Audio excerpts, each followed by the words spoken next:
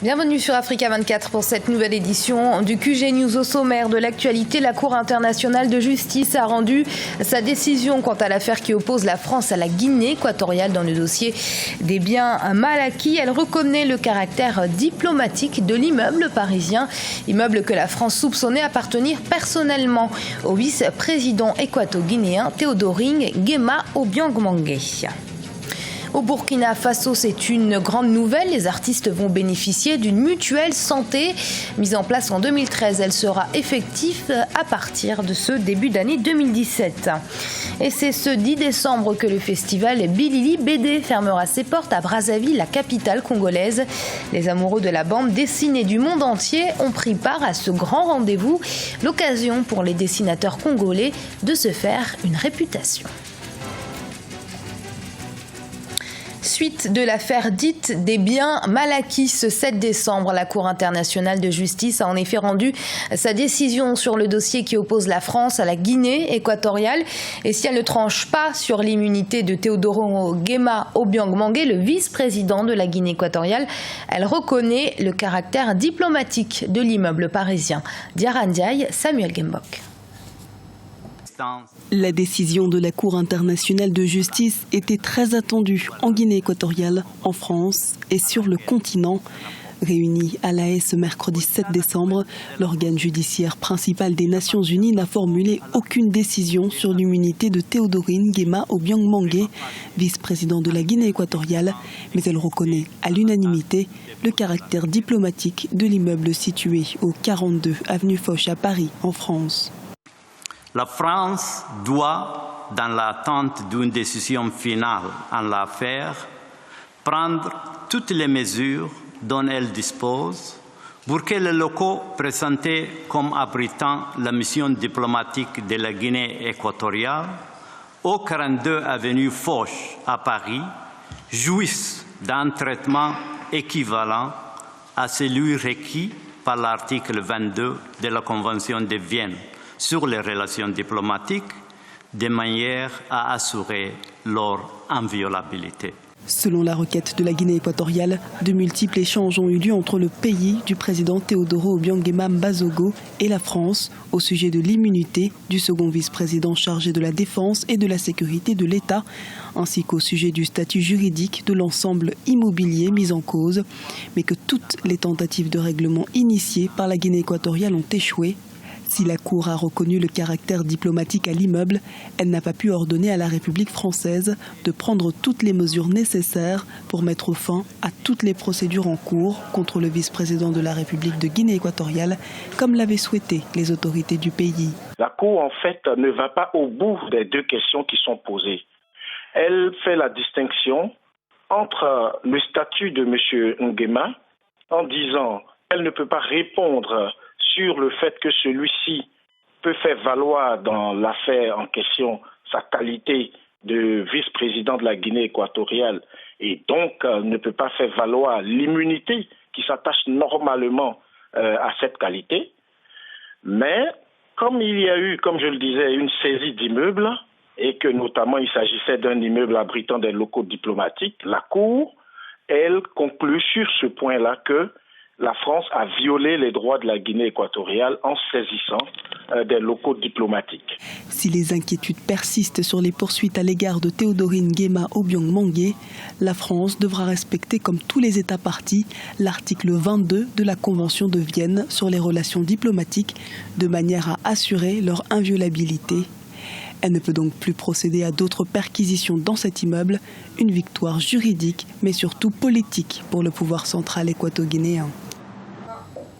À l'instar de Madagascar, le Burkina Faso peut se réjouir de la conférence des bailleurs de fonds. Le pays espérait obtenir 8 milliards d'euros d'engagement pour son développement. C'est finalement 12,7 qui lui ont été accordés, une enveloppe financière qui sera injectée dans le plan national de développement économique et social 2016-2020. Écoutons donc à ce propos le président burkinabé Roch-Marc Christian Kaboré. Comme vous le savez, nous avons rédigé un plan national de développement économique et social. Et le fait que ce plan ait eu des intentions de financement de 150%, témoigne justement du fait que nos partenaires au développement se sont identifiés dans les objectifs que nous avons définis en vue de la transformation structurelle de l'économie burkinabé. C'est une grande victoire pour le Burkina Faso et comme je vous ai dit tantôt, nous en sommes fiers. Mais une chose est de convaincre et d'amener la communauté internationale des bailleurs de fonds à vouloir soutenir le Burkina Faso. Un autre défi, c'est de nous organiser pour pouvoir mobiliser effectivement ces ressources en faveur de l'économie nationale. Et toujours au Burkina Faso, les artistes bénéficient d'une mutuelle santé mise en place en 2013 par les acteurs du secteur eux-mêmes.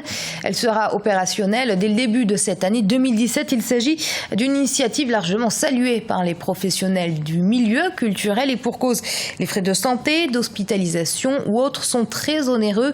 Or, les artistes ne bénéficient pas souvent de salaires réguliers et élevés. Reportage de notre correspondant au Burkina Faso, Jean-Paul Ouedraogo. Les artistes du Burkina Faso ont désormais une mutuelle de santé. Baptisée SMR, la structure qui a été mise en place en 2013 a un statut d'association et vise la prise en charge à prix mutualiste des dépenses de santé des artistes burkinabés. Initiative des plus rares et portée par les artistes eux-mêmes, elle compte une 50aine de membres fondateurs et entend travailler à susciter auprès des milliers d'artistes que compte le pays une plus large adhésion. Quand c'est l'artiste, tout le monde veut cotiser pour lui. Et je pense que cet état de fait a fait que l'artiste lui-même en tant que tel aujourd'hui tarde à prendre conscience qu'il est travailleur comme tout le monde et qu'il y a des questions qu'il doit intégrer dans sa façon de faire en tant que travailleur. Et quand on se sent travailleur, il y a des questions aujourd'hui autour de la sécurité sociale, autour de la prise en charge socio-sanitaire qu'un travailleur doit tous les jours respecter parce qu'il vit des risques. Les prestations de la mutuelle du type familial ou individuel sont à 80% en ambulatoire et hospitalière. À côté des fonds de prévoyance nationaux qui regorgent de plus de moyens, ces défis, outre les problèmes financiers liés à son fonctionnement, restent l'appropriation de la structure par les concernés eux-mêmes et la mauvaise perception de ses missions par l'administration culturelle. L'artiste lui-même individuellement peut souscrire à la mutuelle de santé des artistes en tant qu'artiste. Il débourse de l'argent, il cotise et quand il est malade, c'est ça la mutualité. Au moment où il n'est pas malade, son argent sert à soigner l'autre. Au moment où l'autre est malade, au moment où lui il est malade, l'argent de l'autre sert à le soigner. Il faut considérer un artiste comme une entreprise. L'artiste qui est une entreprise doit pouvoir épargner, doit avoir des conseillers sur le plan financier, doit être entouré de banquiers. En 2017, la mutuelle connaîtra le lancement officiel de ses prestations. À l'instar d'autres mutuelles de la sous-région, elle est dotée d'un conseil d'administration, un comité de contrôle, un comité exécutif et un de gestion. Et au Congo, c'est ce 6 décembre que le festival Bilili BD s'est ouvert. C'était à l'Institut français à Brazzaville. Il réunit les passionnés de bande dessinée venus du continent africain, également du continent européen, et se veut un espace d'échange et de promotion. Reportage de notre correspondant Deva Ponzou. La perle de Kitokoville est une bande dessinée de l'auteur congolais Badikar, de son vrai nom Valérie Badika. Elle relate l'histoire d'une fille dont le père a disparu au cours d'une guerre et qui n'a grandi qu'aux côtés de sa mère dans la pauvreté.